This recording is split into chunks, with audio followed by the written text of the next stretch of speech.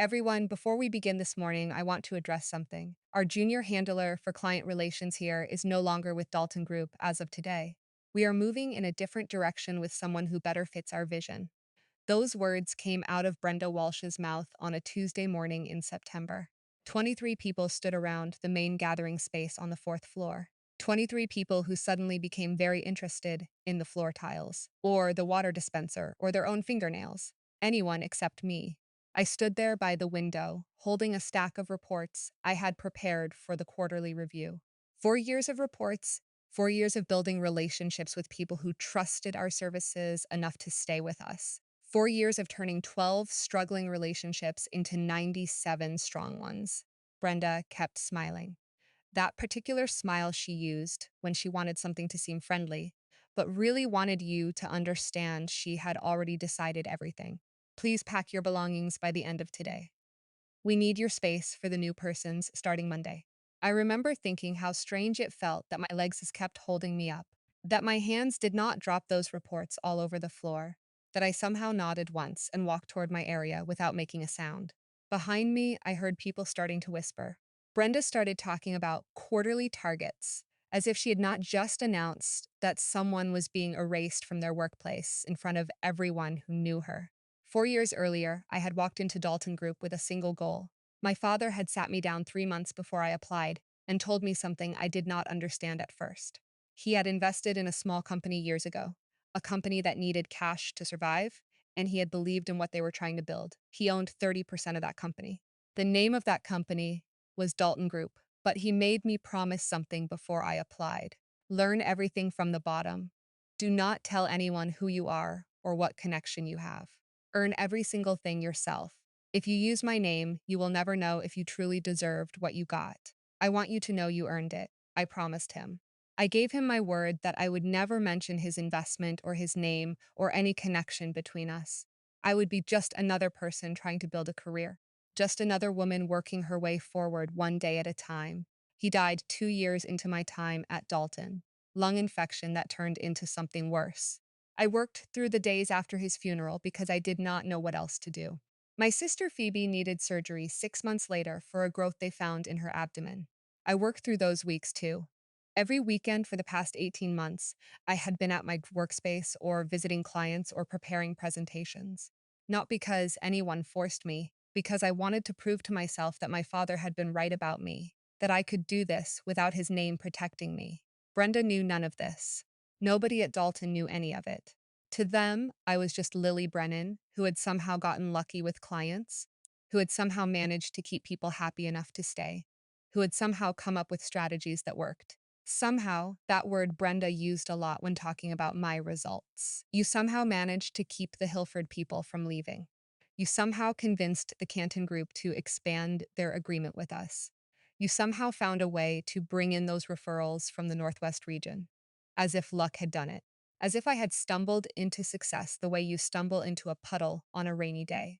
3 weeks before that Tuesday morning, Brenda had called me into her space. The investor group is coming to look at buying us. This is going to change everything. I need you to prepare all your client relationship reports and strategy breakdowns. Everything you have done over the past 4 years. I need it organized and ready to present. I had spent 70 hours over those 3 weeks getting everything ready. Client history, growth patterns, relationship management approaches, response strategies for problems, expansion opportunities I had identified. 70 hours of my work condensed into presentation materials that showed exactly how we had grown from 12 to 97. Now I stood in my small workspace area packing my belongings into 2 boxes. A plant Phoebe had given me, a framed picture of our family from before Dad died, some about negotiation and client relations, a coffee mug that said world's okayest employee that my friend Tracy had given me as a joke. My 4 years fit into 2 small boxes. Tracy came over while I was packing. She looked like she wanted to cry but was holding it back. This is garbage, Lily. You built half this place. More than half. Everyone knows it. I know, Tracy. It is fine. Sometimes things just happen this way, but it is not fine. You should fight this. You should talk to Gerald. He owns this place. He should know what you actually do here.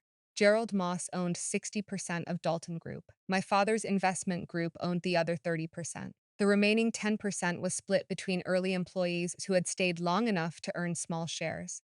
Gerald barely knew I existed. To him, I was just another junior level worker doing whatever junior level workers do. I cannot fight it, Tracy. I just need to move on. Find something else. It will be okay. She hugged me before I left that day. So did four other people who had worked near me. People who knew what I actually did. People who had watched me build relationships with clients that kept money flowing into Dalton year after year. But none of them could change what Brenda had decided. None of them had that kind of power. Before I go further, let me say thank you for listening to what happened to me. It means something that you are hearing this. Tell me in the comments where you are listening from. What city, what country, I want to know. This story is reaching people everywhere. Now back to what happened next. I went home that Tuesday afternoon and sat in my apartment staring at those two boxes. My phone rang 4 times, clients calling about their accounts. I did not answer. They were not my accounts anymore. They were not my concern anymore. By tomorrow, Brenda would assign them to whoever was replacing me, and that person would start fresh with relationships I had spent years building. Phoebe came over that evening. She took one look at my face and knew something had broken. She made tea and sat across from me, waiting for me to talk. When I finally told her what happened, she got angry in that quiet way she gets. The way her voice drops lower instead of getting louder, they let you go just like that. After everything you have done, after everything you gave up to work there, I did not give up anything. I chose to work hard. That was my choice. You gave up time with Dad before he died. You worked through his funeral. You barely slept when I was in the hospital because you were juggling visits and client problems. You gave up everything for them. And they just announced you were done in front of everyone like you were nothing. She was not wrong, but being right does not change anything. Brenda had decided I was finished at Dalton. Gerald would believe whatever Brenda told him about my performance or my fit with the company vision or whatever reason she invented. The investor group would come in 3 weeks. They would look at Dalton's growth and probably decide to buy it. Brenda would present all my work as her own strategic vision. Life would continue for everyone except me. Except I kept thinking about something. Brenda had never given me any official paperwork. No termination letter, no final payment breakdown, no documentation about ending my time there.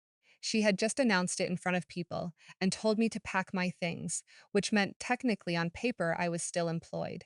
My name was still on the official lists. I was still officially assigned to my clients and my projects. I did not know what to do with that information, but I held on to it. 3 weeks felt like a long time to leave that kind of loose thread hanging. Something about it felt wrong, careless. Brenda was many things, but she was usually thorough about details like paperwork and procedures. The investor group was scheduled to visit on October 9th. I knew because I had seen the date on Brenda's planning notes when she had asked me to prepare those materials. October 9th was 22 days away from the Tuesday I packed my boxes. 22 days for Brenda to present my 4 years of work as her own success story. 22 days for Gerald to sell Dalton Group to people who would never know the real story of how it grew. My father's investment group, the group he had built with his own money and his own belief that Dalton was worth supporting. That group was coming to potentially buy the whole company, and I was not supposed to be there when it happened. I spent those 22 days in a strange kind of limbo, officially fired, but never officially terminated. My access to the building still worked. My login credentials still functioned. My name still appeared on internal lists and client assignments. It was as if Brenda had announced my ending, but forgotten to actually end it. Phoebe thought I should walk away completely, start applying to other places, move forward. But something kept pulling me back to one specific thought. The investor group coming to evaluate Dalton included people who had worked with my father, people who had trusted him enough to build something together, people who probably did not even know he had a daughter who had been working at the company he had invested in. One of those people was a woman named Helen Kowalski. She had been my father's partner in 3 different ventures over 15 years. I had met her exactly once at his funeral. She had hugged me and told me that my father had talked about me constantly, that he was so proud of what I was building at Dalton, even though I did not know he was watching from a distance through reports the investment group received quarterly. Helen was leading the evaluation team coming on October 9th. I knew this because I still had access to the shared planning documents Brenda had created. Documents she had forgotten to remove me from. before making her announcement. So I could see every detail of what was planned, the tour schedule, the presentation outline, the attendee list, everything. Brenda had structured the main presentations around client growth and retention strategies, my growth, my retention methods. But in her outline, every single achievement was attributed to her leadership vision and her innovative approaches to relationship building. 4 years of my work rewritten as her success story. I could have walked away, should have walked away, let her have it, let Gerald sell the company, let Helen and the investment group make their decision based on false information. I had promised my father I would earn everything myself. I had kept that promise. Revealing the truth now would mean breaking that promise. It would mean using his name and his connections to fight back. It would mean admitting I could not win on my own merit, but he was gone. The promise had been to him, and he was not here anymore to see whether I kept it or broke it. And something about watching Brenda take credit for 4 years of my life felt worse than breaking a promise to someone who could no longer hear me explain why I had to. 5 days before the meeting, I made a decision. I was going to be there, not to cause a scene, not to interrupt, just to be present, to sit in that room and watch what happened. If Helen recognized me, she recognized me. If she did not, then I would know the universe was telling me to let this go and move on. October 9th arrived gray and cold, the kind of morning where the sky feels like it is pressing down on everything. I dressed carefully, professional, but not flashy. I wanted to look like I belonged there without drawing attention before the right moment. If there was going to be a right moment, I arrived at Dalton at 8:30. The meeting was scheduled for 9. The building receptionist looked surprised to see me, but said nothing. Maybe she did not know I had been let go. Maybe she did not care. I went to the fourth floor where the main gathering space had been set up with chairs and presentation equipment. Brenda was already there reviewing notes. When she saw me, her face did something complicated. Surprise, confusion, anger, all of it flashing across her expression in about 2 seconds. What are you doing here? You do not work here anymore. I kept my voice calm. Even you never processed any termination paperwork. I am still officially employed according to every system we have. I am still assigned to my clients. I am still listed as part of this team. So, I am here for the meeting. She opened her mouth to argue, but Gerald walked in at that exact moment with 3 people I did not recognize. The investor group. Gerald looked distracted, stressed. He barely glanced at me. Brenda forced a smile and turned her attention to greeting the visitors. Helen was not with them yet. Maybe she was running late. Maybe she was not coming at all. People filtered in over the next 15 minutes. Employees from different areas, managers, senior staff. I sat in the back row trying to be invisible, trying to just exist in the space without drawing attention. Tracy spotted me and her eyes went wide. She started to come over, but I shook my head slightly. Not now. Just let this play out. At 9:05, Helen Kowalski walked in with 2 other people from the investment group. She was talking to Gerald about quarterly projections. She looked older than I remembered from the funeral, tired, but her voice still had that sharp quality my father had always described. Helen does not miss details. She will notice things you did not even know were there to notice. The meeting started with Gerald giving an overview of Dalton's history and growth trajectory. Then he handed the presentation over to Brenda. This is Brenda Walsh, our Director of Client Relations. She is going to walk you through the strategies that have driven our expansion over the past 4 years. Brenda's stood up with a confidence that would have been impressive if it had been earned. She started talking about relationship building frameworks, client retention methodologies, growth targeting systems. Every single concept was something I had developed. Every single approach was something I had tested and refined through months of trial and error. She presented them like they had emerged fully formed from her own strategic thinking. I watched Helen's face while Brenda talked. She was listening carefully, taking notes, asking occasional questions about implementation details. Brenda answered smoothly.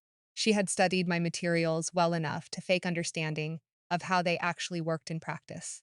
20 minutes into the presentation, Brenda brought up a specific client situation, the Hilford account, how it had been on the verge of leaving Dalton 3 years ago, how she had personally developed an approach to rebuild trust and demonstrate value, how that approach had not only saved Hilford, but turned them into one of our strongest advocates who brought in 5 referrals over the following 2 years.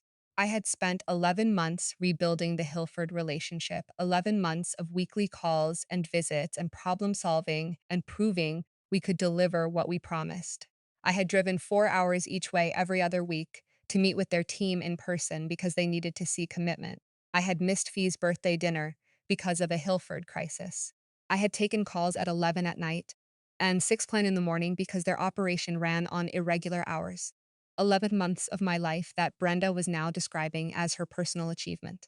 Helen stopped taking notes. She looked up at Brenda with an expression I could not quite read. Can you walk me through the specific tactics you used for Hilford, the week by the week decisions, how you identified what would work? Brenda hesitated for maybe half a second. Then she started describing a process that sounded plausible but was not what actually happened. She talked about relationship mapping and value proposition refinement, technical phrases that sounded good but did not match the reality of driving 4 hours to sit in someone's break room and eat sandwiches while talking through their frustrations. Helen nodded slowly. Then she did something unexpected. She looked away from Brenda and scanned the room. Her eyes moved across faces in the front rows, then the middle rows. Then she got to the back where I was sitting. Her eyes landed on me and stopped moving.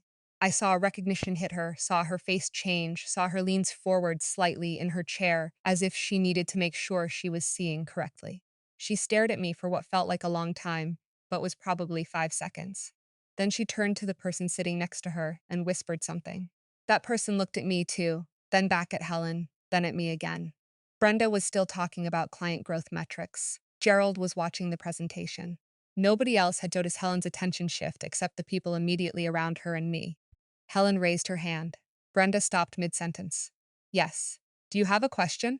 Helen's voice came out quiet, but everyone heard it anyway. Wait. She pointed toward the back row, pointed directly at me. You there in the back. Can you come up here, please? The room went still. That particular kind of stillness where everyone stops breathing at the same time. Brenda's face lost color. Gerald looked confused. Tracy grabbed the chair in front of her. I stood up on legs that felt like they might give out and walked to the front. Every step felt like it took an hour.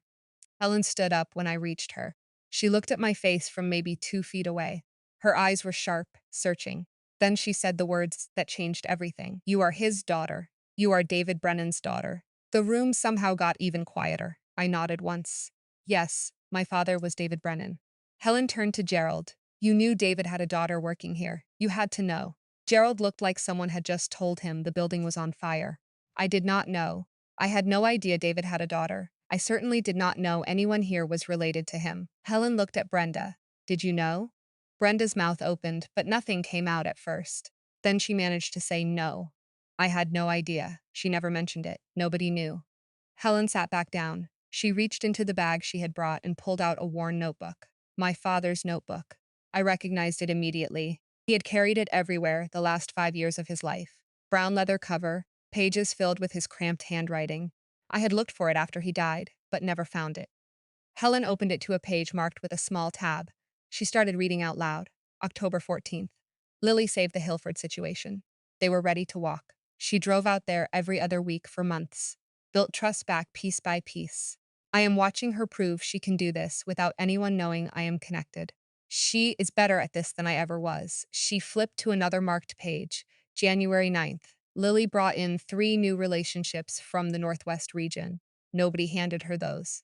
She identified opportunity and pursued it. Brenda takes credit in reports to investors, but I know the truth. I see the real numbers. I see what my daughter actually does. Helen read 4 more entries, each one documenting something I had done. Each one dated. Each one describing achievements that Brenda had just finished claiming as her own work. My father had been watching. He had been documenting. He had known exactly what was happening and had written it all down.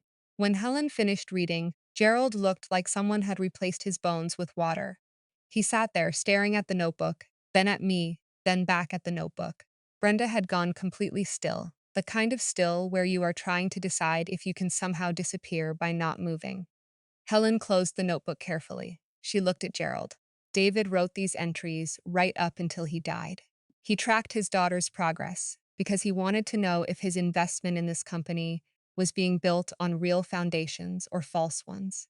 Every strategy this woman just presented as her own vision is documented in here as Lily's work. Dates, details, results, everything. One of the other investors spoke up, a man named Paul something. I had not caught his last name during introductions. So, you are telling us the growth we are looking at came from someone sitting in the back row, not from the director presenting to us. Helen nodded. That is exactly what I am telling you. David was very clear in these entries. He watched the internal reports. He saw who did what. He documented it because he wanted proof that his daughter was earning her place without his help. He never told her he was tracking this. He just kept a record. Gerald found his voice finally. Lily, I had no idea. If I had known you were David's daughter, I would have. He stopped. Would have what? Treated you differently. Given you opportunities you earned anyway. He did not finish the sentence because there was no good way to finish it. Brenda tried to speak. Helen, I can explain. These strategies were team efforts. Lily contributed certainly, but the overall vision and implementation direction came from my leadership framework. And Helen cut her off with a look. Do not insult me. I have been evaluating businesses for 30 years. I know the difference between leadership and theft. You stood here for 25 minutes claiming work that was not yours. You announced 3 weeks ago that this woman was being let go, and you did it in front of her colleagues without even processing proper termination paperwork. That tells me everything I need to know about your character and your competence. The room was so quiet I could hear someone breathing heavily 3 rows back. Helen turned to Gerald. We are still interested in acquiring Dalton, but our terms just changed. We are not asking this company to let it continue operating the way it has been. We are restructuring. Gerald looked relieved and terrified at the same time. Whatever you need, we can work with any structure you want to implement. Helen looked at me. We want Lily in charge of all client operations, every relationship, every strategy, every decision about how this company interacts with the people who pay for your services. She reports directly to our investment group, not to Gerald, not to anyone here, to us. I felt something twist in my chest. That was not what I had expected. I had thought maybe Helen would expose the truth. Maybe she would recommend they not buy Dalton. Maybe she would tell Gerald he needed to make changes. But putting me in charge, that was something different entirely. What about Brenda? Gerald's voice came out small. What happens with her role? Helen did not look at Brenda when she answered. Brenda stays. She reports to Lily now. She remains employed here to assist with whatever Lily needs, but she no longer has authority over client relations or strategic direction that belongs to Lily. I saw Brenda's face do something I had never seen before. It crumpled just for a second. Then she pulled it back together into a blank expression that looked like it hurt to maintain, but she did not argue. She did not protest. What could she say that would not make everything worse? The meeting continued for another hour, but I barely heard any of it. Helen and the other investors talked with Gerald about purchase terms and transition timelines and operational adjustments. People asked questions. Gerald answered some of them. Helen answered others. I sat in a chair someone had brought up to the front and tried to process what had just happened. My father had kept a notebook documenting my work. He had watched me for 4 years, proving I could do this without his name. And then he had died before seeing where it would lead, before knowing whether his investment in me and his investment in Dalton would both pay off the way he had hoped. Now his notebook had become the weapon that gave me power I had not asked for. After the meeting ended, Helen came over to where I was sitting. Most people had left. Tracy was waiting near the door to talk to me. Brenda had disappeared somewhere. Gerald was in his office, probably trying to figure out what had just happened to his company. Helen sat down next to me. Your father loved you very much. He talked about you constantly. How smart you were, how hard you worked, how you insisted on earning everything yourself. He was so proud of that stubbornness, even though it frustrated him sometimes that you would not let him help you. Why did you keep his notebook? I kept my voice steady, but it took effort. He gave it to me 2 weeks before he died. He knew he was getting sicker. He asked me to hold on to it. Said if anything ever happened with Dalton and you were there, I should have proof of what you built. I think part of him knew something like this might happen, that people would try to take credit for your work. He wanted to make sure you had protection even after he was gone. I did not know what to say to that. My father had protected me from beyond his death, had made sure I had proof I could use if I needed it, but using it meant breaking the promise I had made to him. It meant revealing the connection he had made me swear to keep hidden. Helen stood up. The acquisition will take about 60 days to finalize. Then you start your new role. I know this is not what you expected today, but your father believed you could run this entire operation if given the chance. Now you have that chance. What you do with it is up to you. She left me sitting there with those words as hanging in the air around me. 60 days later, I started as director of client operations, reporting directly to the investment group. My new workspace was 3 times the size of my old one. I had authority over 17 people, including Brenda. I had final say on strategy and implementation and relationship management. Everything I had been doing unofficially for 4 years, I was now doing officially with power and resources and recognition. Brenda reported to me that was the strangest part. Every week, she came to my workspace for check-ins. Every decision she wanted to make, she had to run past me first. Every strategy she proposed, I could approve or reject. She never argued, never pushed back, just did what I told her to do with that blank expression that looked painful to maintain. I was not cruel to her. I did not humiliate her or mock her or make her life miserable. I just did my job and expected her to do hers, but I knew what it cost her. Having to ask permission from someone she had tried to erase. Having to watch someone she had dismissed become her supervisor. Having to sit in meetings where her ideas were questioned while mine were implemented. That was the punishment. Not cruelty, just reality, adjusted to reflect truth. 6 months into the new structure, Brenda walked into my workspace on a Friday afternoon. She looked exhausted, worn down. She put a single page on my work surface, resignation letter, 2 weeks, notice. She could not do this anymore. Could not stay in a place where every day reminded her of what she had tried to steal and failed to keep. I accepted her resignation, wished her well in whatever came next, meant it genuinely. I did not need her to suffer forever.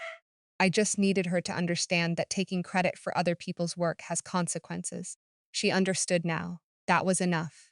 In those same 6 months, I implemented changes that increased Dalton's value significantly. New relationship building frameworks. Expansion into markets we had never considered. Client retention approaches that reduced departure rates to almost nothing. The company became worth 3 times what the investment group had paid for it. Helen told me my father would have been impossibly proud, that this was exactly what he had hoped I could do. But some nights, I still wake up thinking about the promise I broke. My father made me swear I would earn everything myself, that I would never use his name or his connections, that I would prove I deserve success on my own merit. I kept that promise for 4 years, built everything without anyone knowing who I was connected to. Then, in one moment, I let Helen reveal it all. Let my father's notebook become the proof that saved me. I tell myself I had earned it already, that revealing the connection did not change what I had actually accomplished, that my father's documentation just confirmed what was already true. But another voice in my head asks if I really won or if I just accepted a different kind of defeat.